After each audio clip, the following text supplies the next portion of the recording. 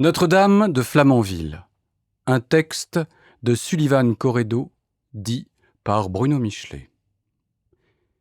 Nul ne doit penser que par leur consécration les religieux deviennent étrangers aux hommes ou inutiles à la cité terrestre. Vatican II, LG 46. L'Aube était prête à bondir, pour l'instant encore cachée en baie de Seine à l'est du Cotentin, tandis que la péninsule ronflait encore du sommeil lourd que la terre grasse où paissent les Normandes lui imposait. Sœur Bertrade retroussa ses manches. Ses avant-bras noueux et tremblants étaient les racines d'un être double, spirituel et faune. Il farfouillait entre les pierres, tandis que ses pieds aux orteils abîmés barbotaient dans l'eau glacée. À ses rides, qui animaient son visage et tout son corps d'un tourbillon vénérable, on l'aurait cru nonagénaire, mais observée de plus loin, soubresautée de mouvements coriaces, elle ressemblait à une adolescente, quasi sauvageonne, prête à disparaître en quelques éclairs de beurre salé. Sa main attrapa un gros homard. On le pensait en sécurité, dissimulé, presque caché sous une eau bleu lune. Il poussa un cri, mais qui a déjà entendu le cri d'un homard ? Puis elle retrouva la plage qui reliait les deux îlots principaux des Écréous. Elle marcha quelques dizaines de mètres. C'était suffisant pour rejoindre un petit groupe de maisons blotties les unes contre les autres et qui formaient le village. Elle regarda au loin, car elle ne perdait jamais l'occasion de scruter la France par-delà le passage de la déroute. Elle aimait tant son pays qu'elle voulait toujours être en mesure de le contempler depuis l'étranger. Elle aurait pu vivre à Lausanne ou à Saint-Sébastien, mais elle avait choisi de se retirer là, sur cette dépendance minuscule des îles anglo-normandes, sur cet archipel dont seuls les touristes et les pêcheurs connaissent l'existence. Au nord, la centrale de Flamanville reposait majestueuse au bord de l'Hexagone, tel le joyau raté d'un orgueil national bien trop grand. Plus miraculeuse que la Tour Eiffel, plus spirituelle que le Mont Saint-Michel, l'usine imposait au monde le savoir et la sagesse. Sœur Bertrade vivait dans son abbaye d'une seule sœur et d'un seul cœur. Mais il ne s'agissait pas d'un édifice religieux à proprement parler, juste une seule pièce aux murs épais, des murs de pierre et de prières emmurées. En vérité, un squat du temps passé.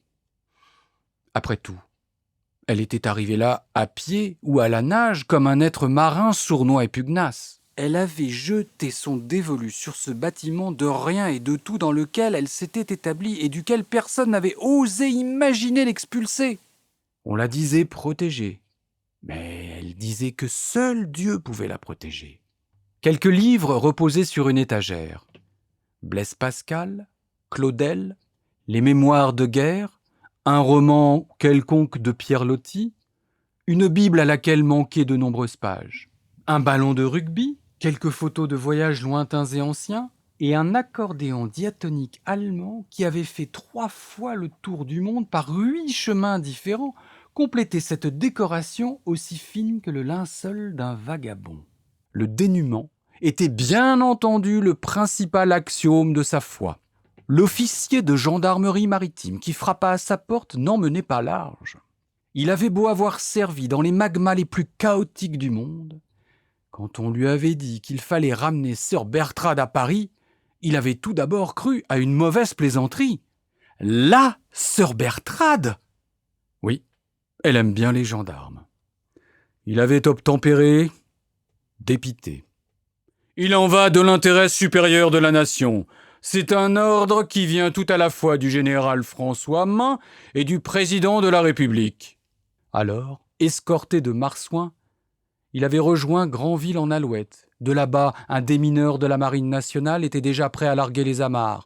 En moins de temps qu'il n'aurait fallu pour le dire, il se retrouvait là, devant cette porte qui ressemblait à un cul-de-sac de carrière. Il avait tant de fois brisé les brisants pour se briser si rapidement. D'abord, il fut nécessaire de frapper fortement à la porte, car sœur Bertrade n'entendait plus très bien. De plus, ce jour-là, La tempête sifflait un air d'opéra morbide à désappareiller les veufs. On peut être gendarme et néanmoins mélomane. D'ailleurs, cela va plutôt ensemble. Parfois, les sifflements se disjoignaient dans un accord mal intentionné qui déroutait les vols de mouettes vers d'autres îles moins terre-à-terre. Puis, alors que le gendarme tambourinait dans une cadence parfaitement militaire, désespérant de se faire entendre et respecter, la porte s'entr'ouvrit, laissant passer un filet de voix aiguë de colère. « Qui es-tu pour m'importuner dans ma prière ? N'as-tu donc appris aucune bonne manière ? Qu'est-ce que c'est que cette cocarde tricolore en terre étrangère ? Sœur Bertrade, nous avons eu l'autorisation des autorités britanniques pour accoster aux Écréous. J'ai pour mission de vous ramener à Paris avec moi. Je ne quitte jamais mon monastère. Je suis écroué aux Écréous. Jamais je n'irai à Paris, ni nulle part ailleurs avec vous. » La mère se retira de quelques mètres. Sœur Bertrade referma la porte.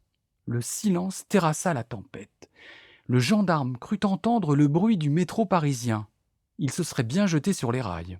« Madame, il en va de l'intérêt de la nation. Si vous ne me suivez pas de votre plein gré, je vous y obligerai par la force s'il le faut. » Il jeta un coup d'œil derrière lui et 4 militaires se déployèrent autour de la cabane. 2 à l'arrière, devant la seule fenêtre par laquelle la lumière du jour pouvait entrer à l'intérieur. 2 avec lui devant l'entrée. « Ouvrez, sinon nous allons enfoncer la porte !» Le gendarme ne s'embarrassa pas de plus de précautions. On lui avait dit que chaque minute comptait. Il ordonna à ses hommes d'enfoncer la porte, ce qui fut immédiatement fait. Ils se jetèrent dans la pièce, mais ils n'eurent que le loisir d'apercevoir la plante des pieds de sœur Bertrade à travers le cadre de la fenêtre ouverte. S'adressant aux 2 collègues restés à l'extérieur, il hurla « Attrapez-la !» Mais alors que ces derniers se précipitaient sur elle pour s'en saisir, ils perdirent l'équilibre au moment le plus exactement semblable et, glissant sur la roche, se retrouvèrent 1,50 m plus bas, les fesses dans l'eau salée et le visage giflé par les vagues qui venaient de l'ouest. Les 3 autres gendarmes avaient eu le temps de sortir de la maison et d'en faire le tour. Ils aperçurent leurs collègues brinque-ballés sur la grève sans dessus-dessous. Mais leur surprise à tous fut plus grande encore quand sœur Bertrade se mit à marcher sur la mer. Elle commençait à se déchaîner et ses embruns construisaient un monument de brume aux marins perdus en Manche ouest. Les militaires, peu croyant dans l'exercice de leurs fonctions, se pincèrent tant ils n'en croyaient pas leurs yeux. Mais bien vite, ils s'aperçurent que sœur Bertrade ne marchait pas sur l'eau. Néanmoins, il s'agissait d'un phénomène tout aussi incroyable. Un groupe de plusieurs centaines de homards s'était agrégé pour servir à sœur Bertrade de radeau, et ils s'éloignaient ainsi nageant vers je ne sais où. L'esquif commençait déjà à disparaître dans la tempête. Le chef de l'escouade se jeta dans la mer. Il avait pour ainsi dire de l'eau jusqu'aux hanches. Il hurla de tous ses poumons « Sœur Bertrade, s'il vous plaît, revenez ! Que vais-je dire au général, au président et à l'archevêque de Paris ?» Ce sont ces derniers mots qui furent décisifs. La sœur Bertrade fut prise d'un doute. Les homards se dispersèrent en toussant si bien qu'elle fut immédiatement plongée dans le flot torrentiel. Les gendarmes n'en croyaient pas leurs yeux. Sœur Bertrade était maintenant en train de se noyer. C'était tuile sur tuile sur tuile. 2 d'entre eux, n'écoutant que leur espoir d'avancement, se précipitèrent derrière elle à la nage, tandis que les 3 autres rebroussèrent chemin jusqu'au zodiaque avec lequel ils avaient accosté, car le démineur n'avait pas pu s'approcher suffisamment du rivage. Le moteur hurla, et le bateau fila autour de l'îlet. Sœur Bertrade était inanimée, la tête maintenue hors de l'eau par les 2 militaires. Un bouche-à-bouche rapide la sortit d'affaire. Quelques secondes de 1000 marins plus tard, elle reposait au chaud dans une cabine sur la vedette qui fonçait vers la France. Sœur Bertrade demanda « L'archevêque de Paris, avez-vous dit ?» Le général Main observait son uniforme parfaitement coupé, comme celui d'un carabinier sicilien. Il avait peu de rides pour un homme de son âge. La discipline avait servi de fer à repasser à sa peau, resté tendu après la disparition du gros de ses muscles. Un huissier entra dans la pièce. Le militaire se tourna vers lui. « Le président vous attend !» Main se dirigea vers la porte ouverte dans une diagonale parfaite. Derrière lui, la pièce se refermait tout aussi parfaitement. Le président se leva et abrégea le salut de l'officier par une poignée de main ferme et chaleureuse. « Asseyez-vous !» Main prit place sur le siège, droit comme un i. Cela faisait déjà assez longtemps qu'il pataugeait dans le maringot politique pour savoir qu'on ne s'enfonçait jamais autant que dans une chaise Louis XIV.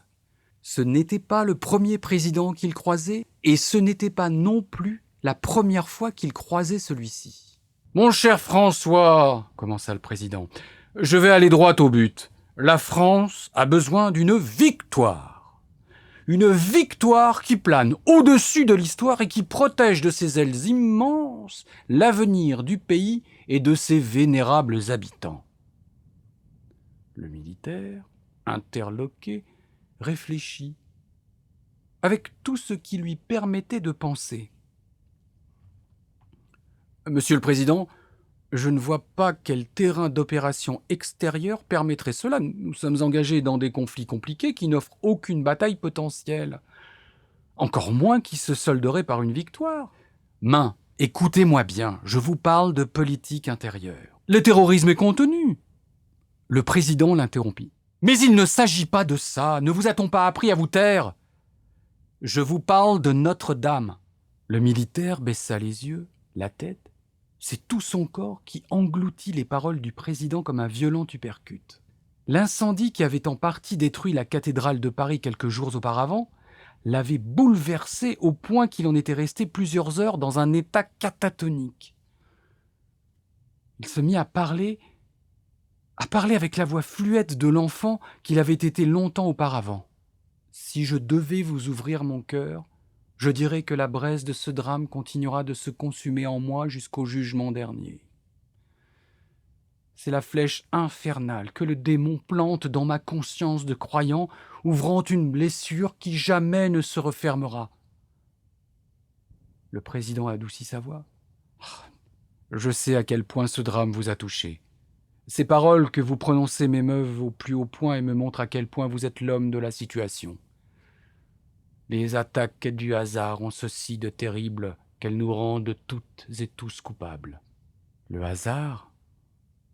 murmura le militaire presque imperceptiblement avant que le président ne lui annonçât le dessein qu'il avait pour lui.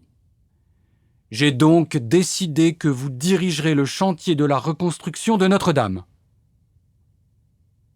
Au même endroit, 6 ans plus tard, le président entra dans son bureau où se trouvaient déjà le général François Main et l'archevêque de Paris. « Messieurs, je ne vous cache pas que je n'ai absolument pas le temps de vous recevoir. Si je le fais, c'est uniquement dû au respect que j'ai pour vous. C'est pourquoi je vous demanderai d'être le plus concis, voire le plus immédiat possible. Je vous écoute. »« C'est au sujet de Notre-Dame » lança avec une grande retenue le militaire. « Qu'est-ce que vous voulez dire au sujet de Notre-Dame ? Tout est déjà réglé. Demain, nous fêterons la réouverture de la cathédrale. » « Il y a un problème. »« Oui, c'est un problème grave que nous ne pouvons pas passer sous silence à moins de courir droit à la catastrophe, » ajouta l'archevêque. « Allez au fait !» tonna le président qui semblait sans patience. « Quelque chose a disparu dans Notre-Dame depuis la rénovation. Vous voulez dire qu'un vol a eu lieu ? Une relique ? La couronne d'épines ? Non, c'est beaucoup plus grave. » Qu'est-ce qui pourrait être plus grave que le vol de la couronne d'épines ? Le vol d'un bien immatériel. Vous divaguez, messieurs, de quoi parlez-vous ?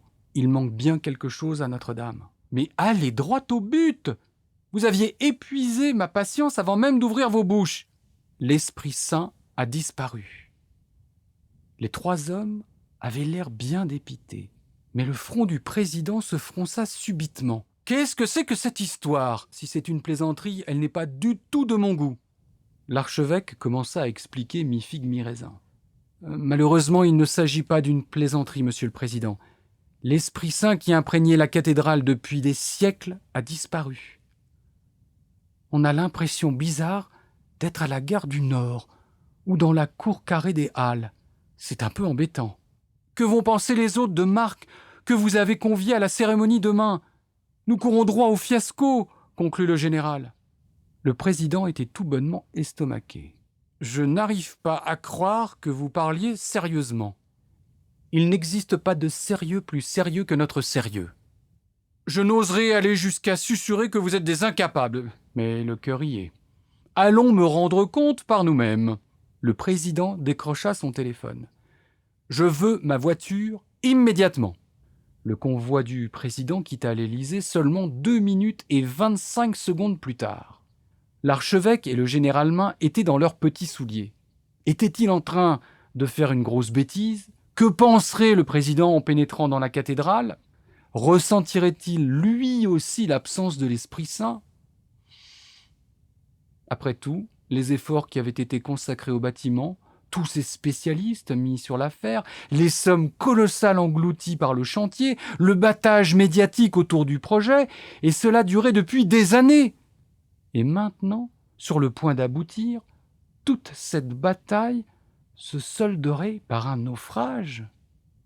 La berline du président s'arrêta sur le parvis dans un bref crissement de pneus. Le chauffeur n'eut pas le temps d'ouvrir sa portière. Le président se précipita dehors et entra par la grande porte. Derrière lui, sa cour se jeta à sa poursuite.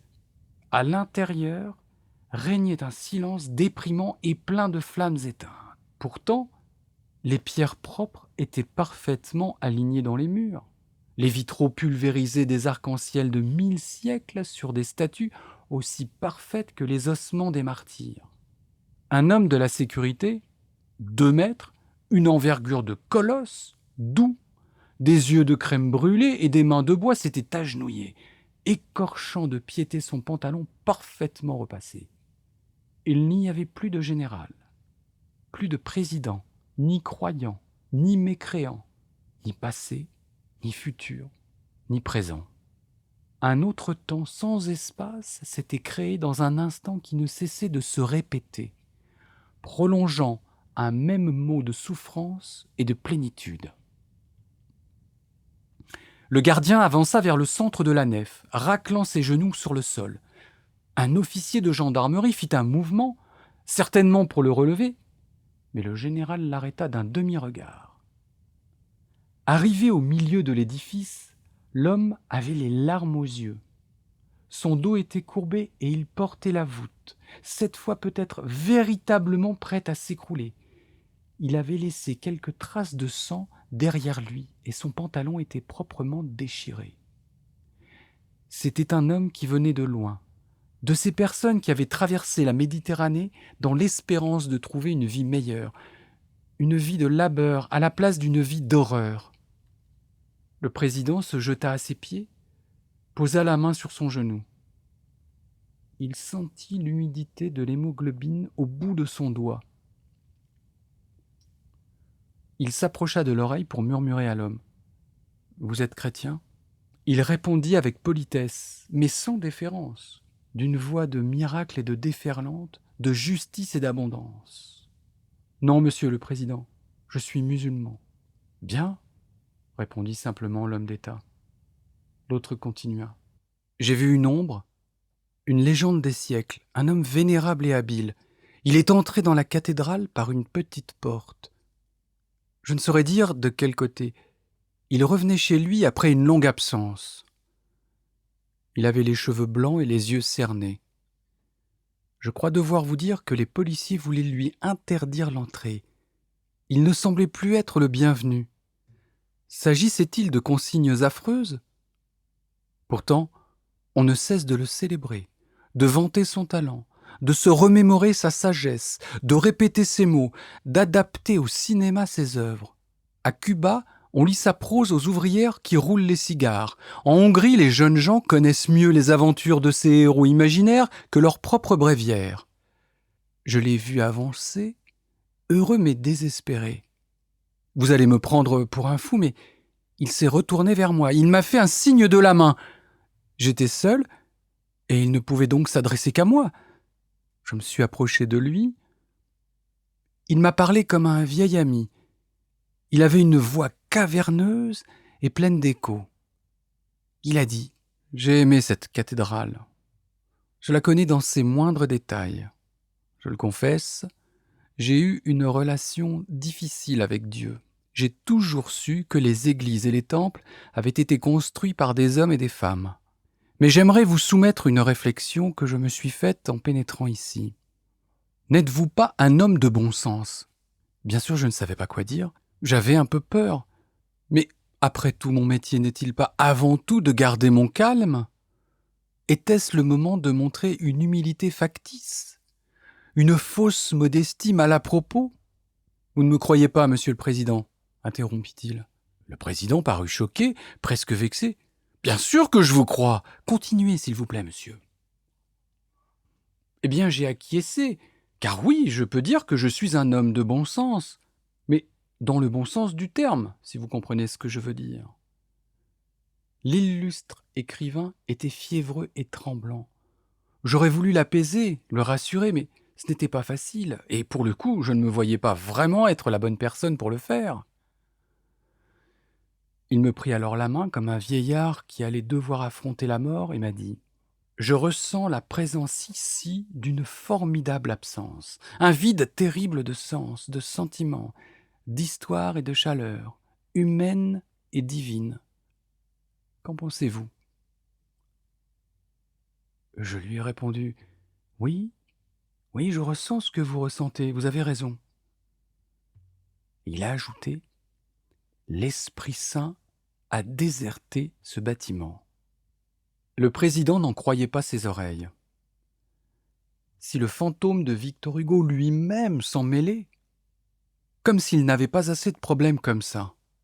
Demain, le retour dans la cathédrale, après des années de travaux, devait lui permettre de faire diversion à la fin d'un deuxième quinquennat marqué par des manifestations à n'en plus finir, avec une cote de popularité descendue en flèche. Et comme si cela ne suffisait pas, une nouvelle terrible lui était tombée dessus la veille au soir. La centrale nucléaire de Flamanville était au bord de l'accident. Personne ne savait pourquoi. De catastrophe financière, on risquait de finir en irradiation complète du département de la Manche. Les spécialistes avaient timidement proposé d'évacuer tout le département. Quoi ? Quasiment 500 000 personnes ? Mais les Normands sont d'un naturel discipliné. Ce sont de bonnes âmes, coriaces, mais résignées, avait risqué un général de gendarmerie. On n'en finirait jamais avec le nucléaire et ses problèmes. Cerise sur le gâteau, il avait dû appeler la première ministre britannique pour lui annoncer qu'elle devait se préparer à évacuer les îles anglo-normandes, rien de moins que ça. Elle avait cru à une blague et lui avait répondu « Pour que vous puissiez les envahir tranquillement ?» et ponctué la fin de sa phrase par un rire aigu qui était passé au grave dans un glissando mal maîtrisé face au silence éloquent de l'énarque français. Qu'est-ce qui pouvait arriver de pire ? Que l'Esprit Saint déserte Notre-Dame ? Une blague de potache ? Ou la terrible déchéance d'une nation trop vieille, usée et dont les racines baignent dans une eau saumâtre ? Bref, le président n'était pas du genre à se laisser abattre. Ce n'était pas pour rien qu'il était devenu impopulaire. Il releva l'homme de la sécurité, puis alla retrouver le général Main et l'archevêque dans un coin de la cathédrale. Ils s'éloignèrent de toutes oreilles indiscrètes, et ne purent s'empêcher de lancer eux-mêmes des regards de suspicion à chacune des phrases qu'ils prononçaient. On n'était pas loin de la messe satanique, en tout cas, un conciliabule de complotistes de tout premier choix. Écoutez-moi bien, je suis attendu dans la soirée en province pour une affaire de la toute première urgence. Quant à vous, vous allez me retrouver l'Esprit Saint d'ici demain matin. L'archevêque de Paris et l'officier affichèrent une moue dubitative et un regard incrédule. Retrouver l'Esprit Saint ? Annonnèrent-ils simultanément dans un chœur grégaire ou grégorien, eux-mêmes ne le savaient plus très bien. Le président était à bout de patience. « Je ne veux pas savoir comment. Débrouillez-vous !» Sur ces dernières paroles, il tourna les talons et sortit de la cathédrale. Ses pas frappèrent le sol sans raisonner. Quand l'archevêque risqua un « Nous n'avons plus qu'à nous en remettre à Dieu », Main lui jeta un regard si courroucé et, bien qu'il soit ami de longue date, Ils ne purent s'empêcher d'admettre que l'armée et le pouvoir religieux n'avaient pas toujours les mêmes intérêts, contrairement à ce qu'ils avaient bien curieusement cru jusque-là. Quand sœur Bertrade entra finalement dans Notre-Dame, la nuit était bien tombée. L'archevêque lisait Saint-Augustin au général François Main. « Quand on aime, ou bien l'on n'a point de peine, ou bien l'on aime jusqu'à aimer sa peine. » Ils s'étaient bien trouvés, ces deux-là. Ils n'avaient eu aucune autre idée. C'était leur dernière carte. À part ça, eh bien, ils comptaient sur la chance. Dès qu'il l'aperçut, l'archevêque se précipita quasiment en courant jusqu'à sœur Bertrade.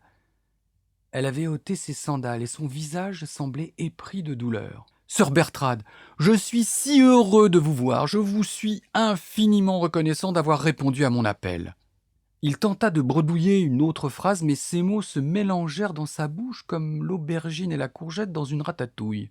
« Enfin, reprenez-vous, que se passe-t-il » dit agacée la religieuse. « Nous sommes perdus. Nous sommes toutes et tous perdus, ne faites pas l'enfant, vous le savez bien. » Sœur Bertrade jaugea les travaux de réfection de la cathédrale d'un coup d'œil critique. « Eh ben, dis donc, l'artisanat n'a pas fait beaucoup de progrès en 8 siècles. Je me serais bien passé de ce voyage harassant et de cette vision décevante. Quelle tristesse ! Mais voyons, sœur Bertrade, seuls les meilleurs artisans de France ont participé à ce projet. Il s'agit de l'élite dans tous les domaines de compétences. L'élite ? Mais vous me faites bien rire. J'aimerais bien les avoir sous la main pour leur tirer les oreilles. Je ne vous ai pas demandé de venir pour parler de la rénovation. Enfin, si, mais pas directement. » Sœur Bertrade aperçut le général. « Qui est cet homme en uniforme ? Lui ? Enfin, sœur Bertrade. Quoi ? Je suis censé le connaître ? Mais c'est le général François Main. Le président de la République l'a nommé pour diriger les travaux de rénovation de la cathédrale, suite au terrible incendie de 2019. Vous vous êtes laissé remplacer par un militaire ? Mais non, il ne m'a pas remplacé. Et c'est un fervent catholique. Alors vous vous réjouirez quand on mettra un maréchal au Vatican sous prétexte qu'il ira à la messe ? Écoutez, sœur Bertrade, nous sommes confrontés à un terrible problème. L'Esprit Saint a disparu de Notre-Dame. C'est un problème, non seulement pour nous, les catholiques, mais aussi pour toute la chrétienté, et même de manière générale, pour tous les croyants, quelle que soit leur religion. Et enfin, pour la France entière, et je dirais même, si je n'avais pas un peu peur d'exagérer, pour le monde entier. Vous avez peur d'exagérer, mais vous le faites sans le moindre scrupule. Faites venir le sergent ici. Il n'est pas sergent, il est général, je viens de vous le dire. Il a l'air d'un sergent. Vous trouvez ça honteux d'être sergent ? Je vais le chercher. » Tandis que l'archevêque allait chercher le général, sœur Bertrade avança à petits pas et traversa la nef jusqu'au transept. Elle tourna le dos à la porte Saint-Étienne et se tint face à la porte du cloître.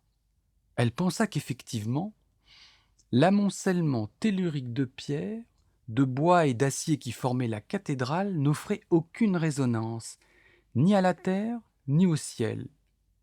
Elle qui avait si souvent trouvé le spirituel dans les lieux les plus simples, et même de très nombreuses fois dans la nature. La nature offre tant de cathédrales pleines de lumière. Pourquoi l'humain s'était-il évertué à en construire de si obscures ? L'hélicoptère se posa très tard dans l'après-midi, si tard qu'il s'agissait déjà du début de soirée. Mais nous étions l'été, et le jour ne s'était pas encore couché. Il avait fallu exactement le même temps au président pour arriver aux alentours de Flamanville que pour l'incident nucléaire d'arriver à la une de la majorité des médias, et encore moins aux journalistes pour se retrouver à ses trousses, à ceci près, qu'ils avaient même de l'avance. La berline de l'homme politique se frayait une route dans la lande. Les herbes folles aux tiges d'arbres centenaires étaient courbées par le vent. Les pneus crissaient sur l'asphalte en geignant. Le ciel crachait des nuages d'incendie. « Plus vite !» bouillonnait le président. « Mais monsieur, je ne peux pas rouler plus vite. Nous allons avoir un accident. Tant pis, débrouillez-vous, accélérez !» Le responsable de la société électrique n'en menait pas large. « Il serait plus prudent, monsieur le président, de ne pas aller jusqu'à l'usine. »« Plus prudent ? Mais comment croyez-vous que nous allons éteindre l'incendie ? » Je ne sais pas, mais ce n'est pas vous qui allez vous en charger, je crois. »« Mais bien sûr que si, c'est moi et vous !» lui rétorqua l'homme politique. « Moi ? Ah non ! Et nous allons l'éteindre de nos propres mains. Arrêtez-vous là, tout de suite. À cet endroit de la route, la départementale semblait se jeter depuis la falaise dans la mer. Mais en s'avançant de quelques pas, on pouvait voir entre le rivage et la lande normande l'usine nucléaire qui s'était taillé une place de choix dans le vide. Les dômes couvrant les réacteurs rappelaient les cathédrales byzantines et les cheminées montaient vers les ciels tels d'orgueilleux beffrois de feu. Ils crachaient des fumées infernales dignes des enfers et offraient aux cieux des cicatrices hallucinées et encore douloureuses. Le président était ému. Il se retourna vers ses conseillers qui étaient restés agglutinés autour de la voiture. « Venez ici !»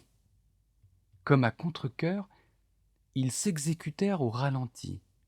Quand ils furent près de lui, le président inspira une bouffée de vent. « Regardez-là, ces murs de béton, ces toits infinis de métal, cet assemblage ingénieux, cette force calme et terrible à la fois. Voilà ce dont est fait le génie français, voilà ce dont l'esprit de nos aïeux a accouché. Je crois en la science, car elle est non seulement au summum de la pensée dans ce qu'elle a de plus utile et de plus concret, mais car elle est aussi à la naissance de toute pensée, aussi simple soit-elle, tant les opérations de logique sont propédeutiques à toute linguistique, et plus généralement à la littérature et à la philosophie elle-même. Les conseillères et les conseillers échangèrent des regards circonspects de doutes ahuris, de prospections incomplètes. Des gyrophares décoraient le paysage. Leurs ailes virevoltantes s'agitant frénétiquement au-dessus des camionnettes, papillonnant dans d'innombrables couleurs, tournoyant sans cesse hypnotisés par leur propre lumière. Regardez ces icônes éphémères ornant un scientisme merveilleux, crachant une foi numérique dans l'écran de cette nature si abstraite. Que sommes-nous en réalité, si ce n'est la foule destructrice d'actions concrètes? Regardez! Un des plus jeunes collaborateurs avait pointé son index sur un point difficilement identifiable dans l'enchevêtrement des constructions métalliques. Un minuscule tourbillon de fumée était tordu, malmené, enfin avalé par une immense gueule ouverte qui planait dans le ciel, mais dont on ne pouvait savoir si le corps se trouvait dans la mer ou sur la terre ferme. « Il s'agit bien d'un incendie! Hâtons-nous !»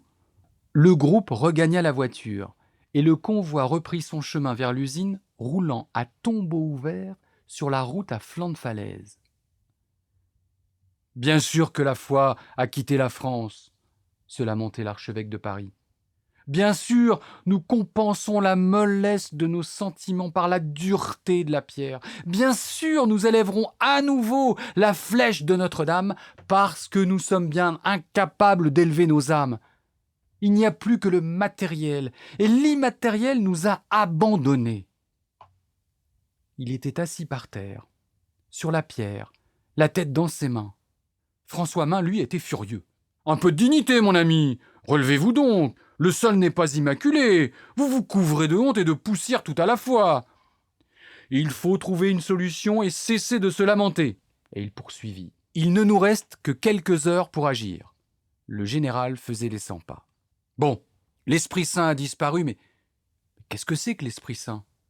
Encore faudrait-il savoir à quoi il ressemble pour être en mesure de le retrouver. » L'archevêque, vexé, s'était relevé, avait remis de l'ordre dans sa tenue, il était même allé jusqu'à se moucher dans une pièce de tissu de qualité. Était-il allé jusqu'à pleurer? On ne saurait le dire, mais on peut le penser. Il reprit la parole d'une voix sévère et à l'accent juste. « Ne blasphémez pas! Nous savons bien ce qu'est l'Esprit Saint. Il est la base même de notre lien à Dieu. C'est lui l'intelligence et la vérité de la foi. Vous ne croyez pas que vous allez le retrouver sous un meuble, ni qu'il s'agit d'une statue ou d'une relique.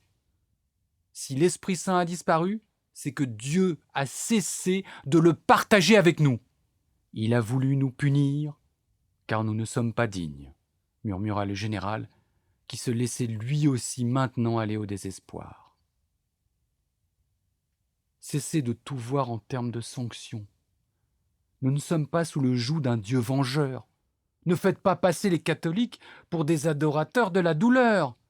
Nous ne sommes pas des militaires, mais des brebis égarées. L'Esprit Saint nous livre toute connaissance. Il faut se questionner, lire le message qui nous est envoyé par son absence. Ne croyez pas que la foi n'existe que chez les croyants, que chez ceux qui brandissent les crucifix. Ce serait naïf, contre-productif et particulièrement vaniteux.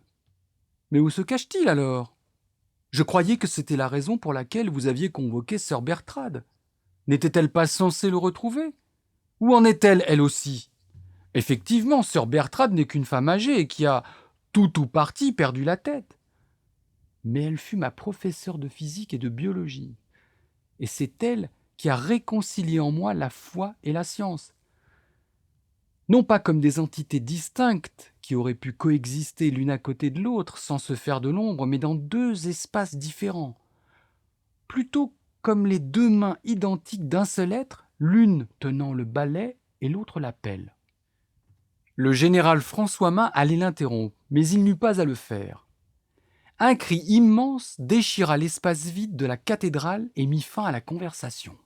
Sœur Bertrade était tombée du plafond de l'édifice comme un immense poids mort, dans un cri plein de charité, et un bruit d'os écrasé dont l'écho était revenu plusieurs fois et durant quelques secondes aux oreilles des personnes présentes.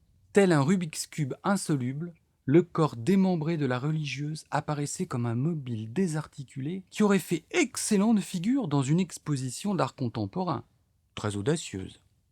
Bien sûr, on s'était précipité à son chevet. Un pompier cria « Elle est vivante, elle est consciente, qu'on appelle une ambulance !» Sœur Bertrade, on ne sait comment, mit la main sur le bras du pompier. « Ne te fatigue pas. Fais venir ces deux malfrats. Messieurs, madame voudrait vous parler. » Le général et l'archevêque se précipitèrent immédiatement jusqu'à elle. « Sœur Bertrade, taisez-vous et écoutez-moi.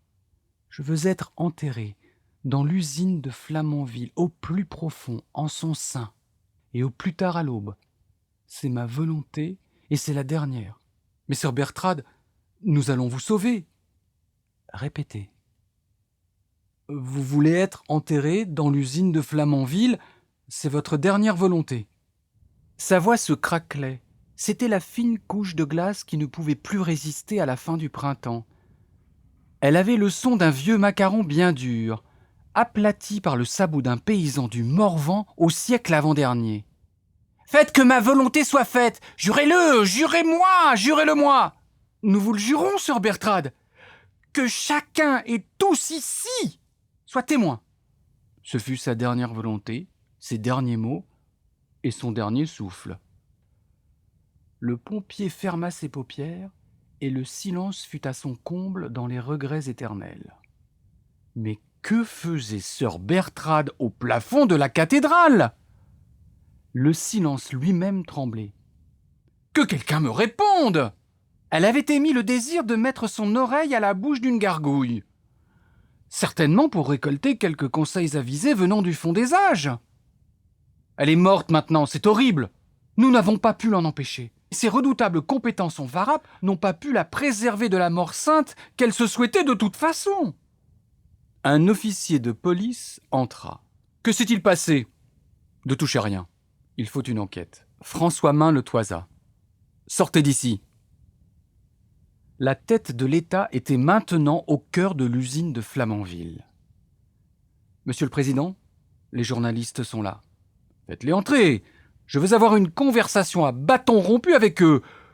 Je vous le dis, c'est aujourd'hui que la France va valider la politique nucléaire du pays pour les 30 prochaines années. Faites attention, tout cela est extrêmement sensible. N'oubliez pas Fukushima et Tchernobyl, annonna un conseiller. Le président considéra son conseiller. Et Three Mile Island ? Les doubles portes s'ouvrirent et le brouhaha des conversations chevauchèrent le bruit des appareils photo et des caméras. Le visage affable du président était lézardé par un sourire aussi tranchant qu'un éclair. « Rachid Herman du Cotentin pas content, allez-vous procéder à l'évacuation de la péninsule ? Pouvez-vous préciser le degré de gravité du problème auquel doit faire face cette usine depuis quelques jours ? Regardez-moi dans le blanc des yeux, monsieur Hermann. Je ne vais pas y aller par 4 chemins. Me croyez-vous capable de prendre le moindre risque avec la sécurité et par là même avec la vie de nos compatriotes ? Nous avons fait le choix du nucléaire pour maintenir le pouvoir d'achat des Français, pour garantir l'indépendance énergétique de notre nation, pour limiter nos émissions de gaz à effet de serre. Mais jamais, absolument jamais, et je suis venu ici pour le dire, nous n'avons minoré les risques liés à cette activité. Nous n'avons rien à cacher. La transparence est le fondement même de notre action. Bien sûr, nous avons des convictions, mais à aucun moment elles ne nous servent de hier. Et je dirais même plus. Ce sont ces convictions, forgées tout à la fois par une haute idée de nos responsabilités et par une prudente confiance en nos scientifiques, qui nous servent de garde-fous. Il n'y a aucun problème ici. C'est pourquoi il n'a jamais été question d'évacuer tout ou partie du département. Mais pourtant, monsieur le président, la centrale ne produit toujours pas d'électricité. Le président sourit et bafouilla. Mais enfin, qui est en charge ici ? C'est vrai que j'étais fort en physique, mais de là à être en mesure d'absolument tout vous expliquer... Un homme chatoyant fit un pas vers lui. Je suis le directeur de la centrale. Le président murmurait, autant que faire se pouvait, pour mettre ses paroles à l'abri des journalistes et de leurs micros. Bon, quel est le problème ici ? On en est où avec le feu ? De quel feu parlez-vous ? En arrivant, nous avons aperçu de la fumée s'échapper d'un toit. Est-ce que l'incendie a été contenu ? Il n'y a jamais eu de feu. Ce que vous avez pris pour de la fumée ne devait être que de la vapeur d'eau. Mais alors pourquoi la centrale n'est-elle pas en fonction ? Le directeur hésita. C'est-à-dire que nous n'en avons strictement aucune idée. Je ne supporterai pas une seconde de plus votre désinvolture. Vous et vos sbires nous avez assuré que tout serait prêt aujourd'hui et ce n'est pas le cas. Tout était prêt, tout devait fonctionner. Et nous avons vérifié tout ce que nous pouvions vérifier. Mais nous sommes désarmés face à ce problème dont nous sommes incapables d'identifier la cause. En tout cas, rassurez-vous, d'un point de vue de la sécurité, tout est sous contrôle. Un proche conseiller du président avait tout entendu de cette conversation. Il faut agir, faire diversion. Demain, c'est l'inauguration de Notre-Dame.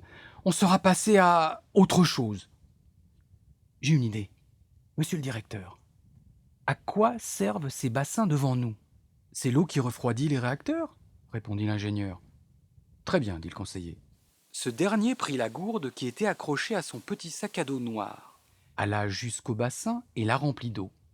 Puis il revint l'attendre au président. Celui-ci la prit et se retourna vers les journalistes, tandis que le directeur attrapait le conseiller par l'épaule. « Il ne va pas faire ça. Il ne va pas boire cette eau. Elle n'est pas propre à la consommation, » s'alarma le directeur. « Mais si, de toute façon, la centrale ne fonctionne pas, il n'y a pas de risque. Mais c'est stupide, au contraire, il faut l'en empêcher. » Deux molosses barrèrent le chemin au directeur quand il se précipita vers le président qui se remit à parler. « Messieurs, dames, mes chers amis, pour clore cette journée qui nous a toutes et tous un peu chamboulés sans aucune raison, je vais boire l'eau même qui a servi à refroidir les réacteurs. Elle vient de la mer et elle est rejetée dans la mer sans aucun risque ni pour la santé, ni pour l'écosystème. Je vais immédiatement vous en donner la preuve en l'absorbant. » Il mit la gourde métallique à ses lèvres et la vida d'un trait. Cela prit pratiquement une dizaine de secondes, durant lesquelles l'assemblée retint son souffle. Puis il s'essuya les lèvres de sa manche de costume et cria « J'adore l'eau salée !» Les applaudissements doublèrent et redoublèrent. « Ramenez-moi à Paris avant que je ne me noie ou ne vomisse !» Il est 1h du matin dans la vieille ville, au milieu des vieilles pierres, parmi les vieilles idées. La cathédrale est ensevelie par des fontaines de photons d'un blanc hospitalier. Il n'y a pas de lune, mais la nuit est claire. Il n'y a pas de soleil, mais le soleil est de minuit. On s'active, on nettoie, on n'en finit pas de dépoussiérer la poussière. On installe des tapis rouges, on ne veut pas de grandiloquence dans la simplicité, mais finalement on jette de l'opulence dans l'humilité. Le général François Main fait les 100 pas, c'est son chemin de croix. Un gendarme s'approche.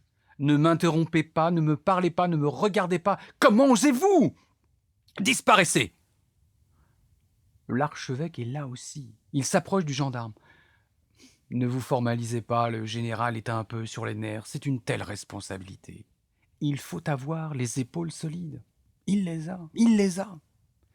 Mais nous ne sommes que des êtres fragiles, quand bien même nous arborons des uniformes couverts de médailles d'honneur.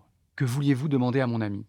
Monseigneur, si je puis me permettre de vous importuner, il est né dans notre équipe, si soudée au demeurant, un étrange sentiment d'abandon et de tristesse.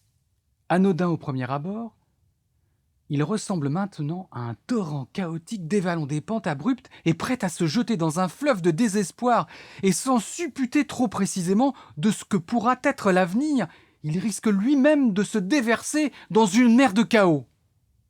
L'archevêque grimaça d'une grande douleur. Vos états d'âme absurdes dénotent complètement avec votre uniforme.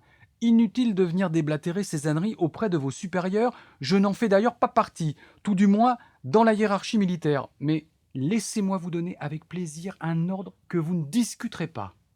Occupez-vous de vos tâches et évitez de trop vous interroger sur vous-même. Accomplissez ce pourquoi vous êtes fait dans votre profession et faites-en votre profession de foi. Je ne veux plus vous revoir, mais si quelque chose, quelle qu'en soit la raison, venait à mal tourner, vous en serez tenu personnellement pour responsable. C'est compris? Le gendarme bafouilla des postillons, tremblant des coudes et des genoux. C'est on ne peut plus clair, je vous prie de m'excuser.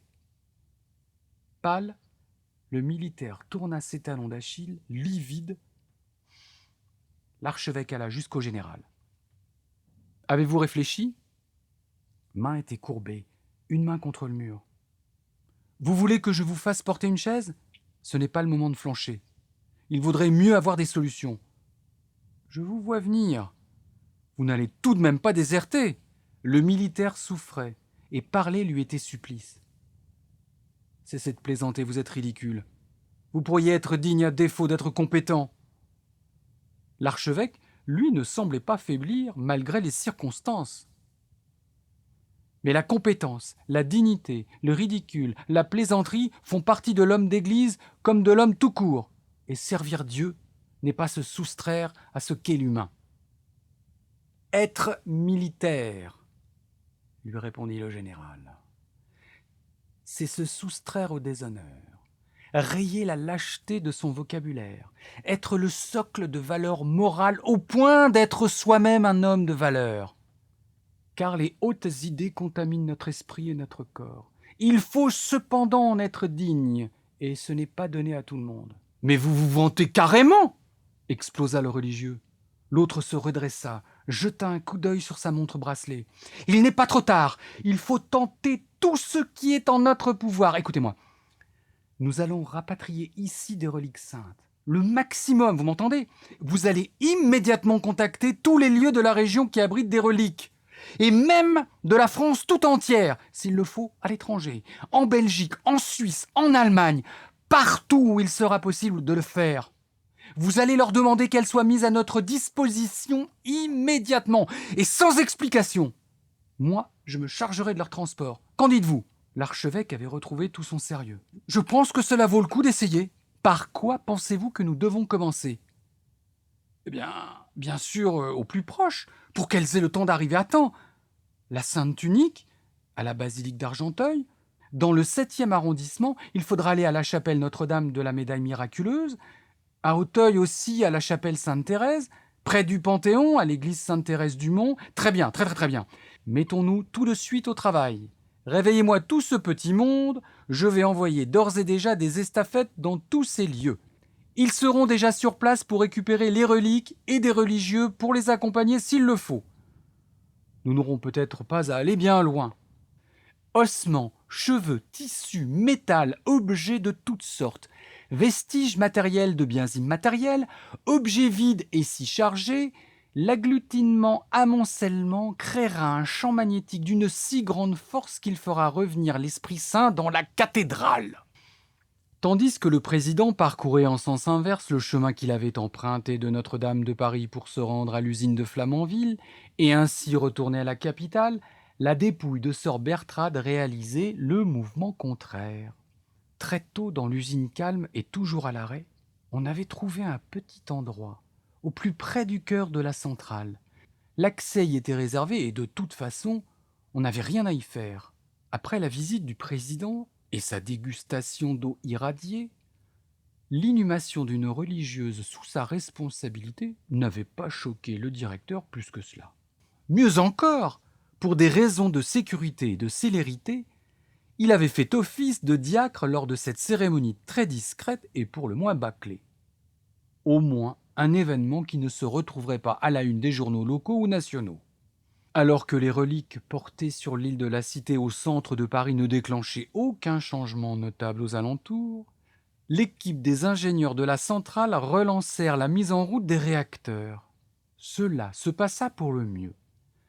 L'uranium se fissura, l'eau bouillit, la turbine turbina et l'alternateur alterna. Tout cela le plus simplement du monde, sans qu'aucun problème ne se déclare et sans donner plus d'explications sur ce qui s'était passé auparavant.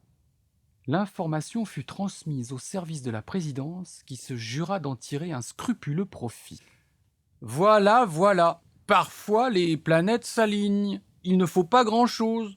Nous avons bien fait de nous rendre hier à Flamanville.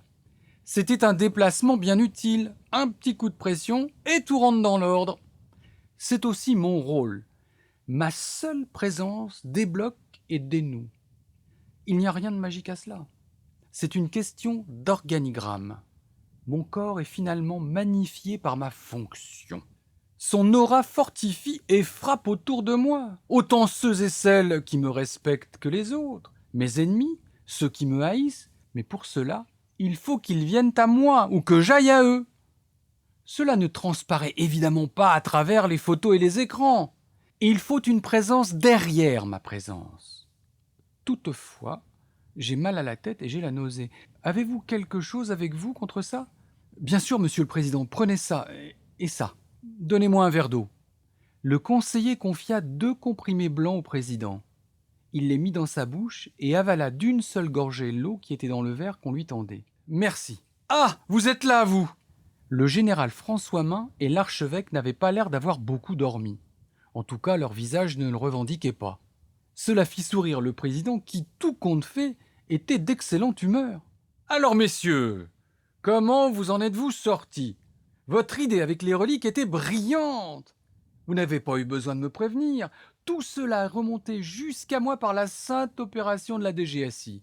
La nuit a été agitée. Un véritable polar mystico-religieux. Cela n'est pas pour me déplaire. Et je vous félicite pour le travail accompli. » Ils étaient devant une petite porte derrière la cathédrale. Le soleil était éclatant, pas un seul nuage. Le ciel profond, un bleu de mai. L'archevêque prit son courage à 2 mains. Tout cela a été vain, rien n'a été réglé. Il n'y a qu'une seule solution. Le président s'assombrit un court instant, mais il ne perdit pas son calme et demanda « Laquelle ? » « Il faut interdire l'entrée de la cathédrale et que la cérémonie ait lieu sur le parvis. »« Ben vous avez perdu la tête, ça suffit. Je ne veux plus vous entendre aujourd'hui. »« Mais monsieur le président, c'est mon dernier mot. » En 1 seconde, une haie de collaborateurs et de collaboratrices isola le président du général et de l'archevêque. Ils n'eurent que le loisir de l'observer entrer dans l'église, passant d'une clarté aveuglante à une pénombre fraîche et douce. Dépités, ils le suivirent tout de même, ballottés de droite à gauche par la foule des privilégiés, dépouillés de leur consistance, amorphes et fluides. Quand à leur tour ils parvinrent sous les voûtes millénaires de l'édifice, ils virent à travers la multitude le président se tourner vers eux avec le sourire. Il parla, mais ses mots se perdirent dans des résonances confuses. Ils crurent lire sur ses lèvres que l'Esprit Saint était revenu, qu'il était là, plein, entier et envahissant tous les recoins du bâtiment. L'accumulation des reliques avait-elle porté ses fruits ? L'Esprit Saint avait-il choisi de reprendre contact avec la cohorte des pécheurs rassemblés là ? Avait-on pu changer le cours des choses par cette manœuvre grossière? Ni le général, ni l'archevêque ne pouvaient y croire. Un peu plus loin, le président frottait sa nuque avec sa main, desserrait sa cravate, fronçait ses sourcils, et ça n'allait pas bien du tout. Dans la pénombre presque nocturne de la pierre, alors que les vitraux entravaient la lumière du jour, un très doux halo vert, presque imperceptible, sembla surgir tout à coup de son corps.